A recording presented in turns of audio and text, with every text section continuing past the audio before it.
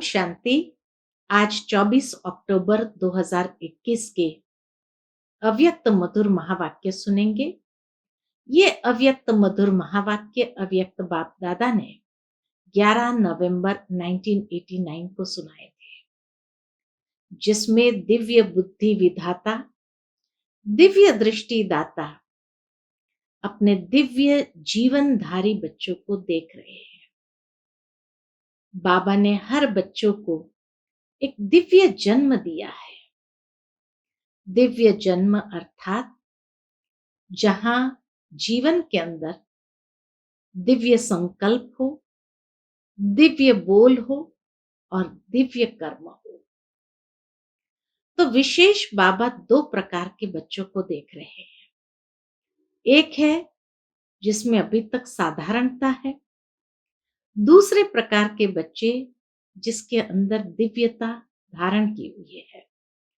तो बाबा उन बच्चों को देख रहे हैं कि भले दिखने में साधारण हो,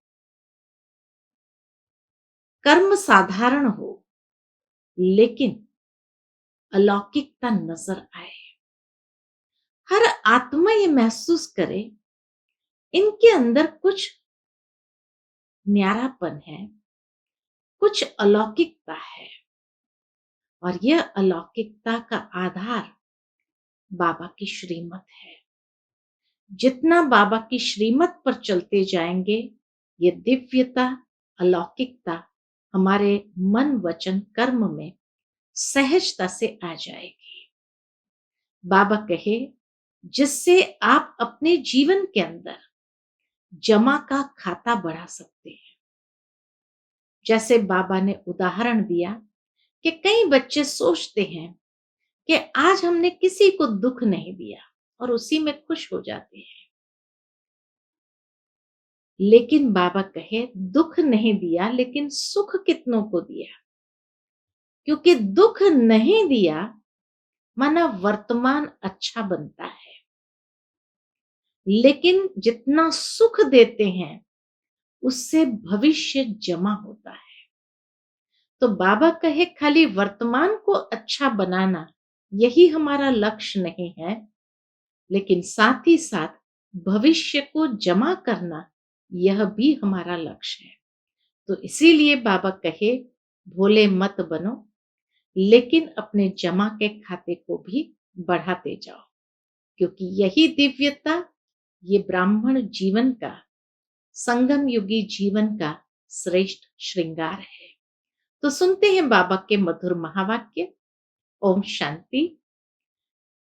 आज के मुरली का शीर्षक है दिव्यता संगम युगी ब्राह्मणों का श्रृंगार है।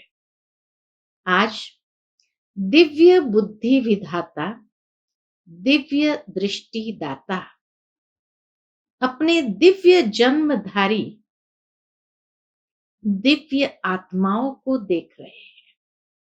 दो बातें हैं यहाँ पर। एक है दिव्य बुद्धि विधाता और दिव्य दृष्टि दाता। बाबा ने कई बच्चों को दिव्य बुद्धि का वरदान दिया है। जैसे मातेश्वरी मम्मा सरस्वती जो थे, उन्हें दिव्य बुद्धि का वरदान था, जिससे ज्ञान के गुह्य से गुह्य रहस्य को समझने की क्षमता और उसको अपने जीवन में धारण करना और दूसरों को भी उसी के आधार से प्रेरणा देना। और दूसरे हैं दिव्य दृष्टि का वरदान प्राप्त किए हुए। जैसे गुलजार दादी को दिव्य दृष्टि का वरदान था, अर्थात जो साक्षात्कार कर सकते थे, सूक्ष्म वतन तक जाते थे और बाबा के मैसेजेस को कैच कर सकते थे। मम्मा को जीवन में कभी साक्षात्कार नहीं हुआ, लेकिन मम्मा को दिव्य बुद्धि का वरदान था।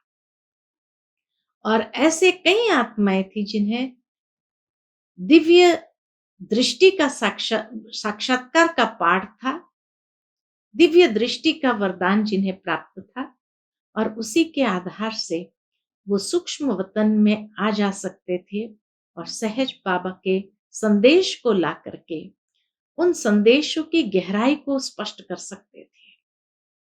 तो इसी तरह से देखा जाए, दोनों ही प्रकार के बच्चे आगे नंबर 1 जा सकते हैं। तो इसीलिए बाबा ने कहा, आज दिव्य बुद्धि विधाता, दिव्य दृष्टि दाता, अपने दिव्य जन्मधारी दिव्य आत्माओं को देख रहे हैं। बाप दादा ने हर एक बच्चे को दिव्य जीवन, अर्थात जीवन में क्या होता है, मनसा वाचा कर्मणा। तो बाबा ने हर एक बच्चे को दिव्य जीवन अर्थात दिव्य संकल्प, दिव्य बोल, दिव्य कर्म करने वाली दिव्य मूर्तियां बनाया है। दिव्यता आप संगम युगी बच्चों का श्रेष्ठ श्रृंगार है। एक है साधारणता, दूसरा है दिव्यता। दिव्यता की निशानी आप सभी जानते हो। क्या है दिव्यता की निशानी? अब उस निशानी के आधार पर हम स्वयं को भी चेक करते जाएं। दिव्य जीवनधारी आत्मा किसी भी आत्मा को अपने दिव्य नयनों द्वारा अर्थात दृष्टि द्वारा साधारणता से परे दिव्य अनुभूतियां कराएगी। जैसे गुलजार दादी के नयन ऐसे थे जो अनेक आत्माओं को साधारण कॉन्शियसनेस से ऊपर ले जाती थी और दिव्य अनुभूतियां कराती थी। तो इसीलिए बाबा देख रहे थे कि दिव्य जीवनधारी तो हर एक आत्मा है। दिव्य जीवनधारी आत्मा किसी भी आत्मा को अपने दिव्य नयनों द्वारा अर्थात दृष्टि द्वारा साधारणता से परे दिव्य अनुभूतियां कराएगी। तो ये क्षमता हमारे अंदर कितनी है? सामने आने से ही साधारण आत्मा अपनी साधारणता को भूल जाएगी, क्योंकि आजकल के समय अनुसार वर्तमान के साधारण जीवन से मेजॉरिटी आत्माएं संतुष्ट नहीं है। आज दुनिया के अंदर देखा जाए, साधारण जीवन से कोई संतुष्ट नहीं है। बस खाया पिया, बस यही जीवन है और कुछ नहीं। आगे चल करके ये आवाज सुनेंगे कि यह जीवन कोई जीवन नहीं है। तंग आ जाते हैं उस जीवन से। जीवन में कुछ नवीनता चाहिए, अलौकिकता, दिव्यता जीवन का विशेष आधार है। ये अनुभव करेंगे कि जीवन में कुछ नवीनता चाहिए। तो नवीनता में क्या हो सकता है? अलौकिकता और दिव्यता, ये जीवन का विशेष आधार है। ऐसा अनुभव करेंगे। कुछ चाहिए, कुछ चाहिए, इस चाहिए की प्यास से चारों ओर ढूंढेंगे।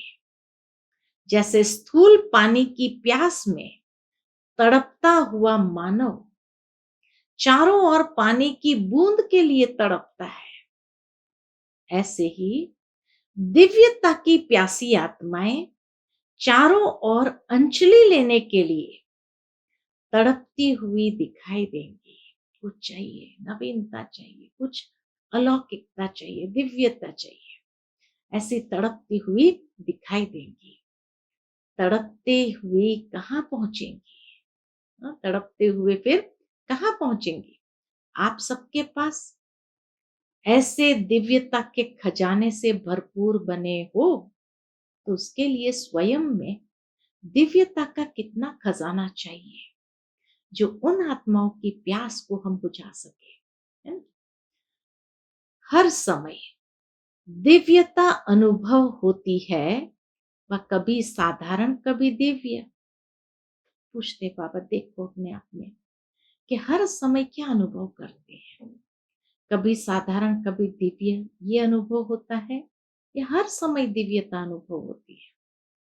जब बाप ने दिव्य दृष्टि, दिव्य बुद्धि का वरदान दे दिया, तो दिव्य बुद्धि में साधारण बातें आ नहीं सकती। जहां बुद्धि का वरदान, जिसको दिव्य बुद्धि का वरदान मिला हुआ हो, उसकी बुद्धि में साधारण बातें आ नहीं सकती। दिव्य जन्मधारी ब्राह्मण तन से साधारण कर्म कर नहीं सकता। माना भले कर्म वही होगा साधारण, लेकिन जैसे देखने वाले देखेंगे कुछ विशेष लगता है इसमें, ऐसा महसूस करेंगे। तो दिव्य जन्मधारी ब्राह्मण तन से साधारण कर्म कर नहीं सकता, चाहे देखने में लोगों के लिए साधारण कर्म हो।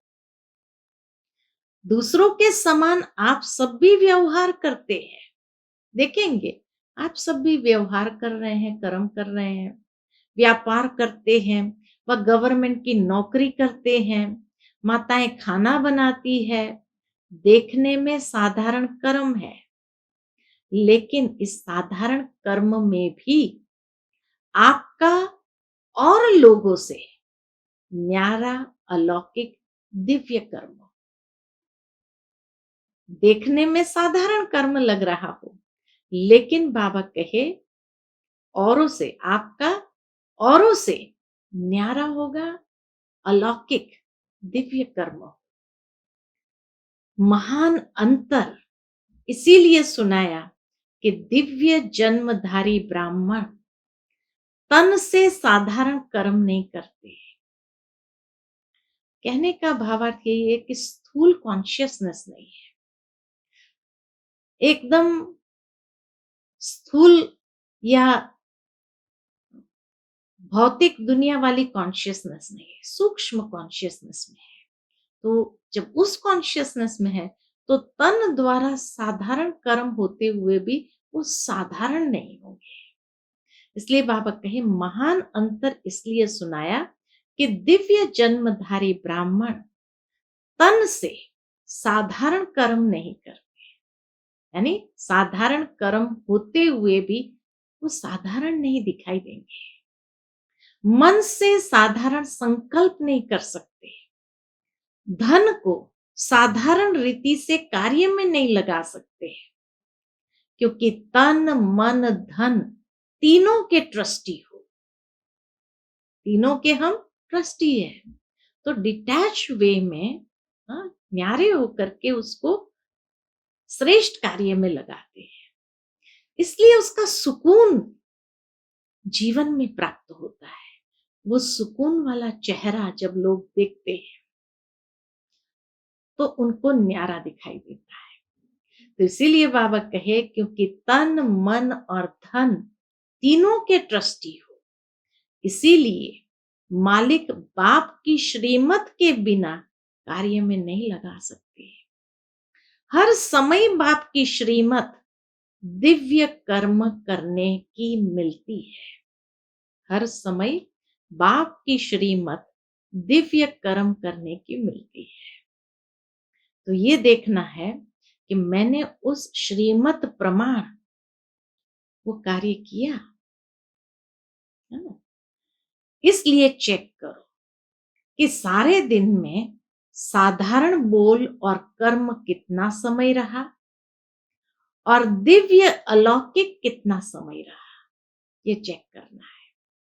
कई बच्चे दिव्य अलौकिक कितना समय रहा माना श्रीमत के अनुकूल कितना समय रहा, और साधारण माना मनमत के अनुकूल कितना रहा, या दुनिया की मत के प्रभाव में आकर के कितना किया।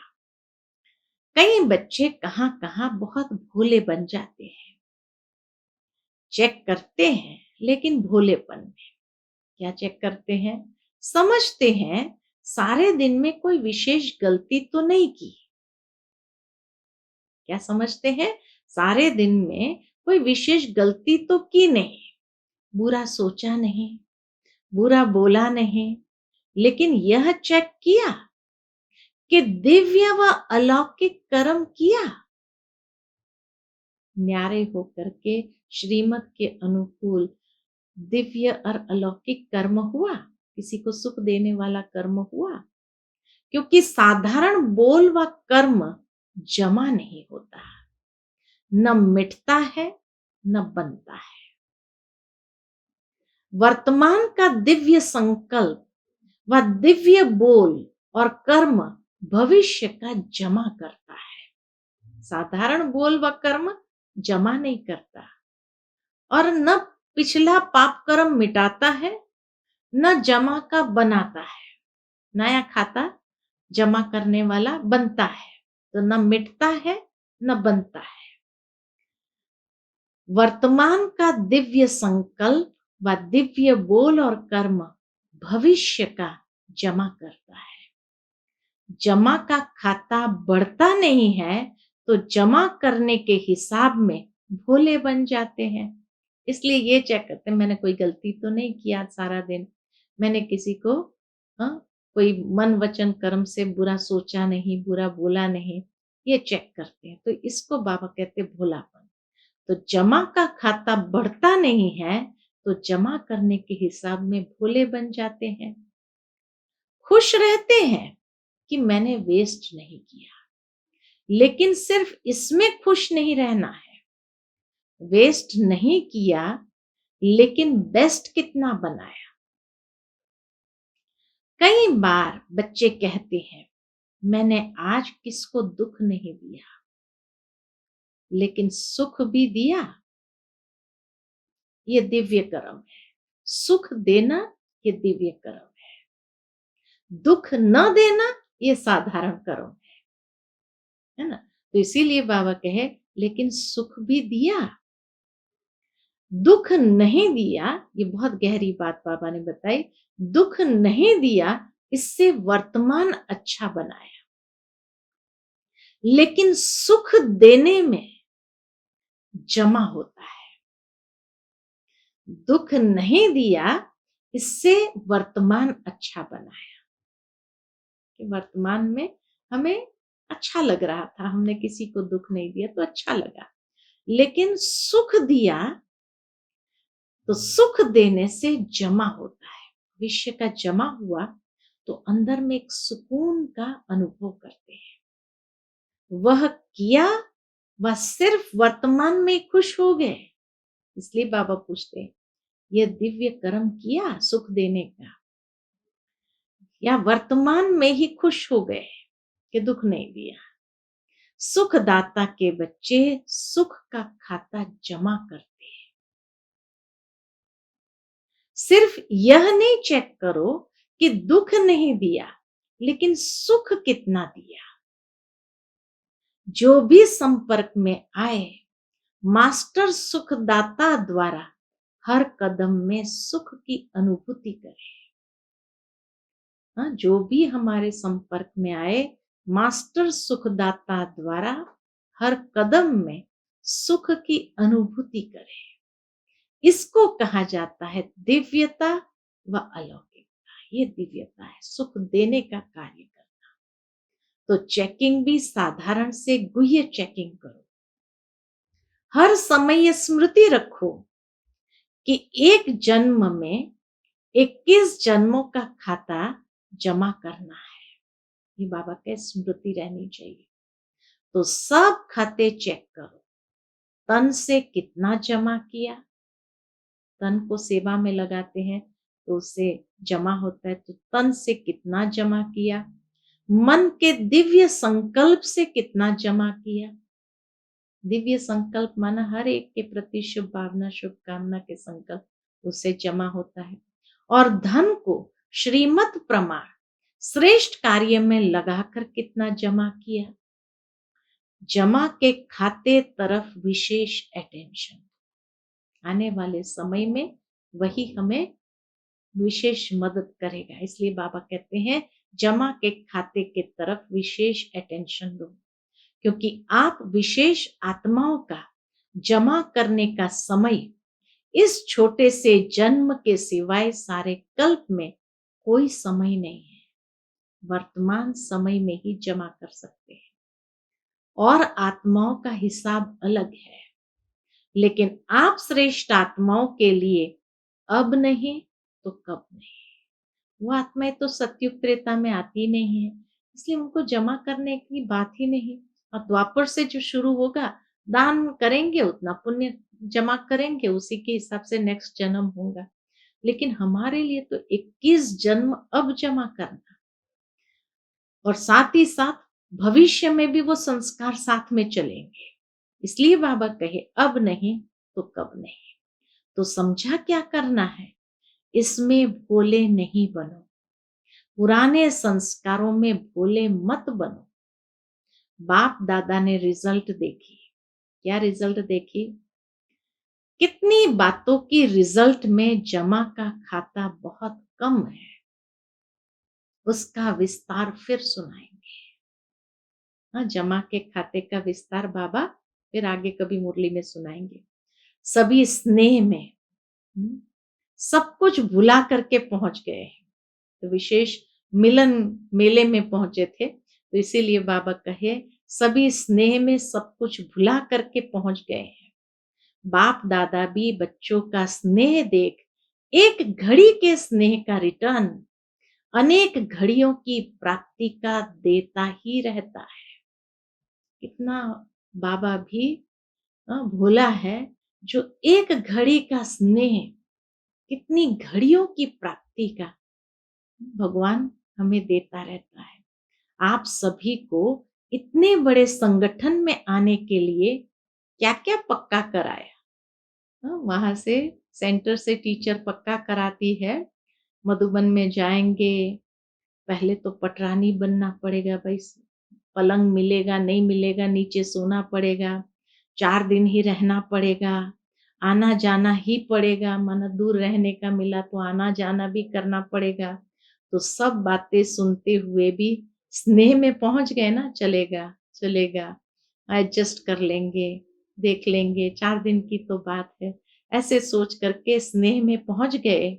यह भी अपना लक समझो, जो इतना भी मिल रहा है। सचमुच उस समय जिन्होंने वो मिलन मेले का अनुभव किया, तो वो लक ही तो था। फिर भी जड़ मूर्तियों के दर्शन के समान खड़े खड़े रात तो नहीं बिताते हो ना। 3 पैर पृथ्वी तो सबको मिली है ना, यहाँ भी आराम से बैठे हो। जब आगे वृद्धि होगी तो स्वतः ही विधि भी परिवर्तन होती रहेगी। लेकिन सदैव ये अनुभव करो कि जो भी मिल रहा है वह बहुत अच्छा है, क्योंकि वृद्धि तो होनी ही है और परिवर्तन भी होना ही है। तो सभी को आराम से रहना खाना मिल रहा है ना।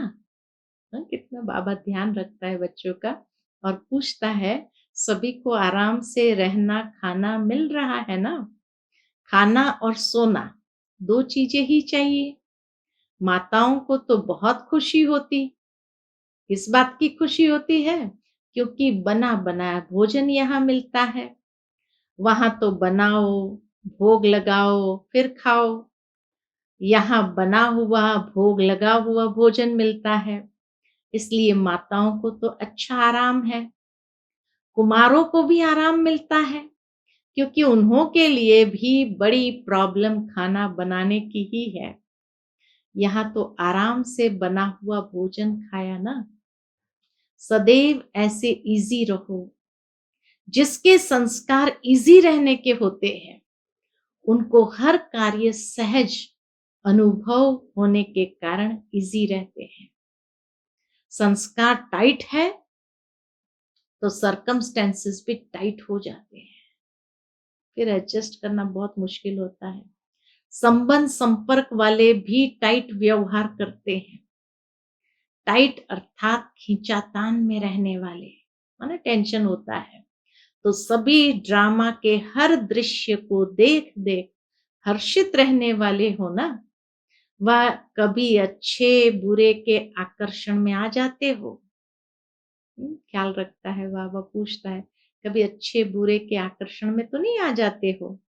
न अच्छे में न बुरे में, किसी में आकर्षित नहीं होना है, सदैव हर्षित रहना है। अच्छा, सदा हर कदम में दिव्यता अनुभव करने वाले और कराने वाले दिव्य मूर्तियों को, सदा अपने जमा के खाते को बढ़ाने वाले नॉलेजफुल आत्माओं को, सदा हर समस्या को इजी स्थिति द्वारा इजी पार करने वाले ऐसे समझदार बच्चों को अनेक आत्माओं के जीवन की प्यास को बुझाने वाले मास्टर ज्ञान सागर श्रेष्ठ आत्माओं को ज्ञान सागर बाप दादा का याद प्यार और नमस्ते।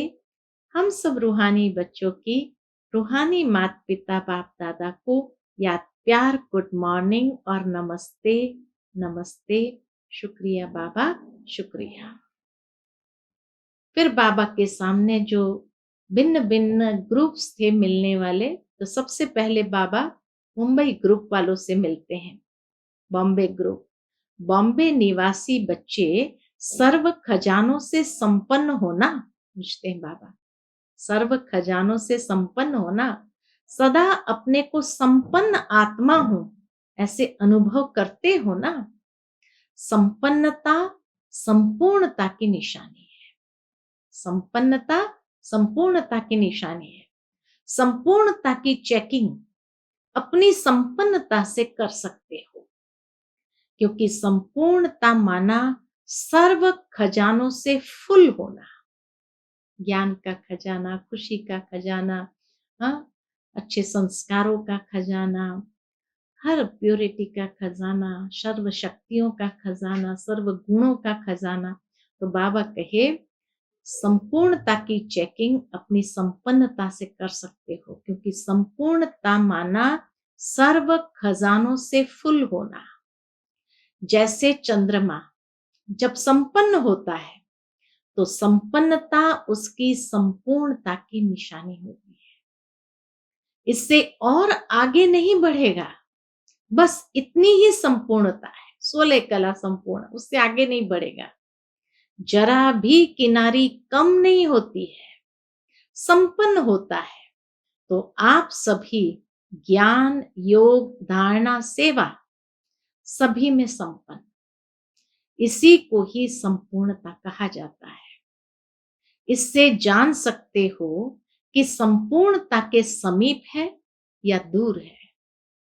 संपन्न हो अर्थात संपूर्णता के समीप हो। तो सब समीप हो? पूछते बाबा बॉम्बे वालों को। कितने समीप हो? 8 तक, 8 की माला तक, 100 तक, 108 की माला तक, या 16,000 तक? 8 की समीपता, फिर 100 की समीपता, और फिर 16,000 की समीपता। कितने समीपता वाले हैं यही चेक करना।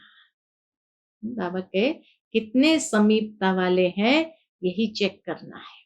अच्छा है, फिर भी दुनिया के कोटों से आप बहुत बहुत भाग्यवान हो। वह तड़पने वाले और आप संपन्न आत्माएं हो, प्राप्ति स्वरूप आत्माएं हो। यह खुशी है ना। रोज अपने से बातें करो। बाबा के रोज अपने से बात करो कि हमारे सिवाय और कौन खुश रह सकता है।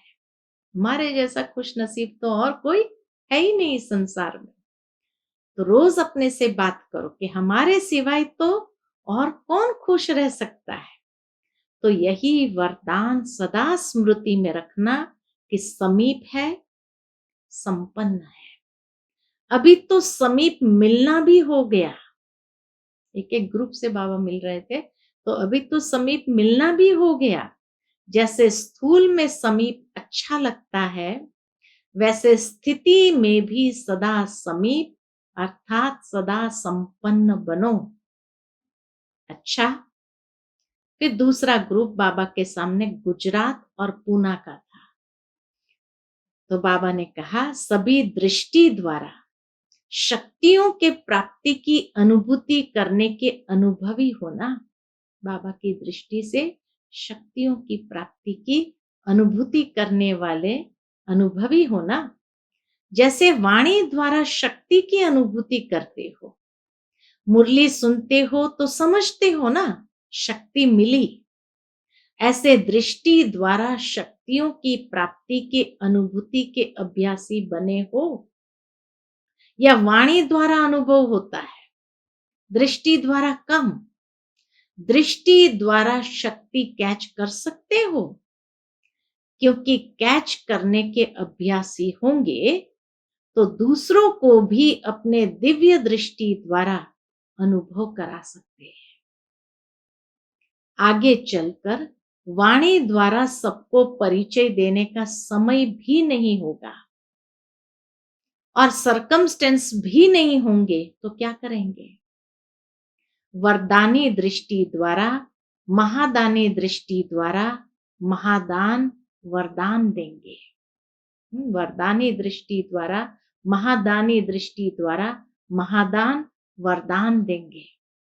दृष्टि द्वारा शांति की शक्ति, प्रेम की शक्ति, सुख व आनंद की शक्ति सब प्राप्त होती है। जड़ मूर्तियों के आगे जाते हैं तो जड़ मूर्तियां बोलती तो नहीं है ना, फिर भी भक्त आत्माओं को कुछ न कुछ प्राप्ति होती है, तब तो जाते हैं ना।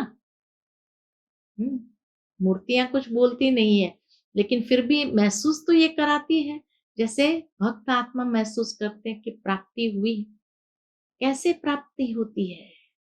बाबा पूछते हैं, वहां कैसे प्राप्ति होती? उनके दिव्यता के वाइब्रेशन से, और दिव्य नैनों की दृष्टि को देख वाइब्रेशन लेते हैं। कोई भी देवता या देवी की मूर्ति में विशेष अटेंशन नैनों के तरफ देखेंगे, फेस, चेहरे की तरफ अटेंशन जाता है, क्योंकि मस्तक के द्वारा वाइब्रेशन मिलते हैं, नैनों द्वारा दिव्यता की अनुभूति होती है। वह तो है जड़ मूर्तियां, लेकिन किसकी है? आप चैतन्य मूर्तियों की जड़ मूर्तियां हैं। अगर वो अनुभव करा सकती है तो बाबा कहे आप तो चैतन्य में हो। तो बाबा कहे वह जड़ मूर्तियां, लेकिन किसकी है? आप चैतन्य मूर्तियों की जड़ मूर्तियां हैं। यह नशा है कि हमारी मूर्तियां हैं। चैतन्य में यह सेवा की है तब जड़ मूर्तियां बनी है। तो दृष्टि द्वारा शक्ति लेना और दृष्टि द्वारा शक्ति देना, यह प्रैक्टिस करो। शांति के शक्ति की अनुभूति बहुत श्रेष्ठ है। चेहरे से वो शांति के वाइब्रेशन निकले तो बाबा के शांति के शक्ति की अनुभूति बहुत श्रेष्ठ है। जैसे वर्तमान समय साइंस की शक्ति का कितना प्रभाव है, हर एक अनुभव करते हैं, लेकिन साइंस की शक्ति निकली किससे?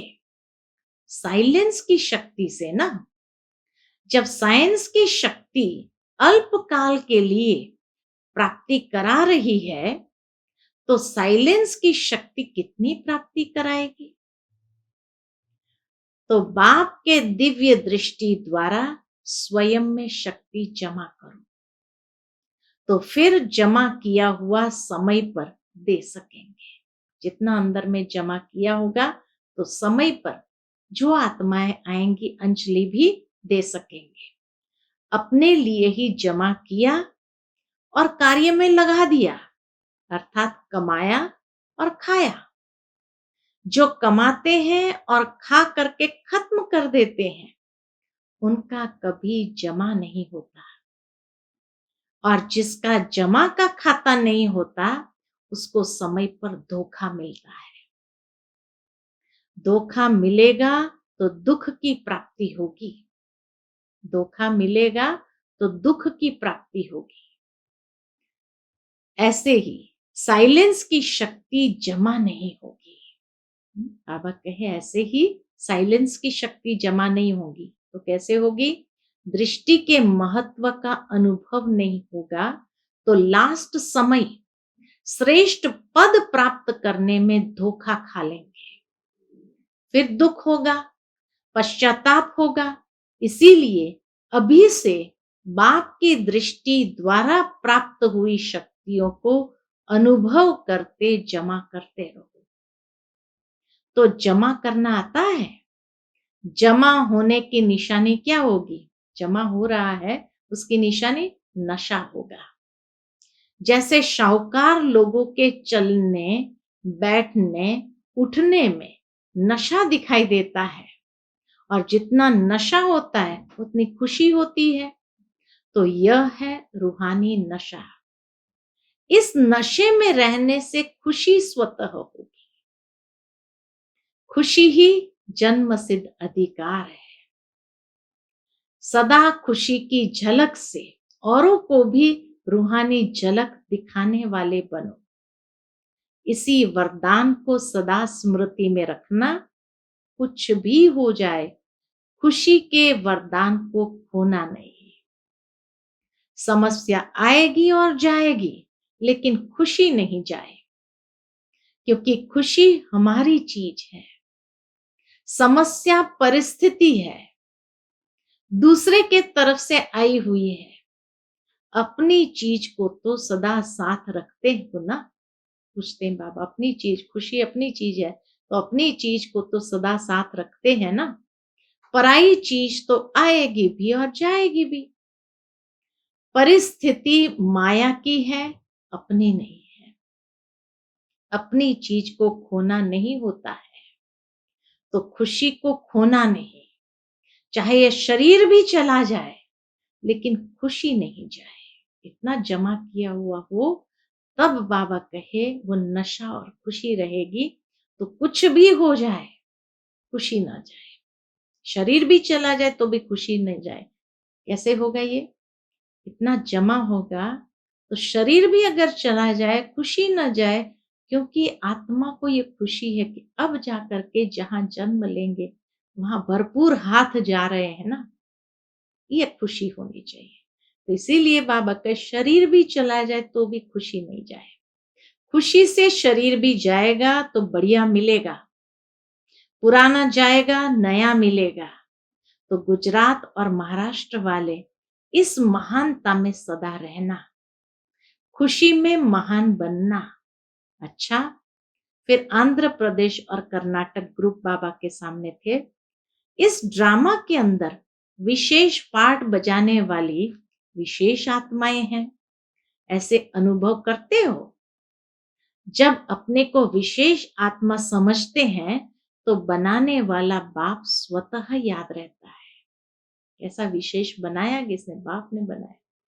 याद सहज लगती है, क्योंकि संबंध याद का आधार है।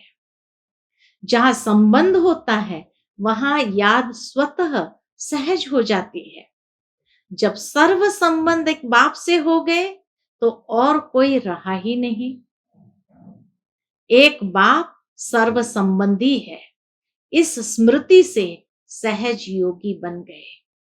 कभी मुश्किल तो नहीं लगता? पूछते बाबा, कभी मुश्किल तो नहीं लगता? जब माया का वार होता है तब मुश्किल लगता है। माया को सदा के लिए विदाई देने वाले बनो। जब माया को विदाई देंगे तब बाप की बधाइयां बहुत आगे बढ़ाएगी। हा? माया को विदाई देंगे तो बाप की बधाइयां हमें बहुत आगे बढ़ाएगी।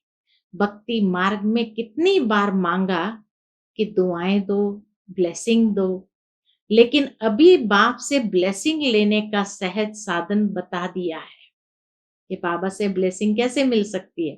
जितना माया को विदाई देंगे उतनी ब्लेसिंग स्वतः मिलेगी। परमात्मा दुआएं एक जन्म नहीं, लेकिन अनेक जन्म श्रेष्ठ बनाती है। परमात्मा दुआएं एक जन्म नहीं, लेकिन अनेक जन्म श्रेष्ठ बनाती है। सदा ये स्मृति में रखना कि हम हर कदम में बाप की, ब्राह्मण परिवार की दुआएं लेते सहज उड़ते चले। ड्रामा में विशेष आत्माएं हो, विशेष कर्म कर अनेक जन्मों के लिए विशेष पाठ बजाने वाले हो। साधारण कर्म नहीं, विशेष कर्म, विशेष संकल्प और विशेष बोल हो। तो आंध्र वाले विशेष सेवा यही करो कि अपने श्रेष्ठ कर्म द्वारा, अपने श्रेष्ठ परिवर्तन द्वारा अनेक आत्माओं को परिवर्तन करो। अपने को आईना बनाओ और आपके आईने में बाप दिखाई दे। ऐसी विशेष सेवा करो तो यही याद रखना, मैं दिव्य आईना हूं, मुझ आईने द्वारा बाप ही दिखाई दे। समझा?